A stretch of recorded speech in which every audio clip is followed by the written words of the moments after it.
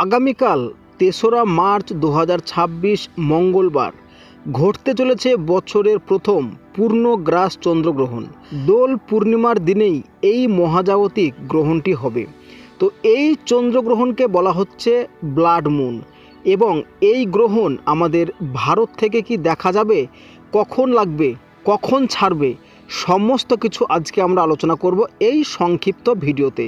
তো দয়া করে ভিডিওটি প্রথম থেকে শেষ পর্যন্ত দেখবেন।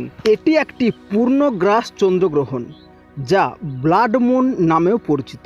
কারণ এই পূর্ণগ্রাস গ্রহণের সময় চাঁদের রং অনেকটা লাল কালারের বা বাদামি রঙের মতো ধারণ করবে। তবে এই গ্রহণের সময় বলতে গেলে ভারতীয় সময় অনুযায়ী গ্রহণ শুরু হবে দুপুর ৩:২০ এবং শেষ হবে সন্ধে ৬:৪৬।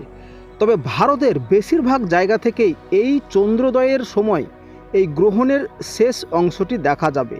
উত্তর পূর্ব ভারত যেমন আসাম, পশ্চিমবঙ্গ এবং আন্দামান ও নিকোবর দ্বীপপুঞ্জ এটি তুলনামূলকভাবে ভালোভাবে চাক্ষুষ করা যাবে। ধর্মীয় বিশ্বাস অনুযায়ী এই গ্রহণের সূতককাল ৬:২৩ শুরু হয়ে গ্রহণের সাথে শেষ হবে।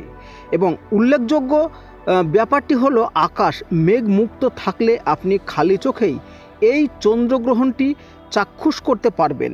তো বন্ধুরা, আজকের মতো এই সংক্ষিপ্ত গ্রহণের ভিডিওটি এতটুকুই। কেমন লাগলো এবং আপনি কি গ্রহণ দেখতে ইচ্ছুক, অবশ্যই কমেন্ট করে জানাবেন।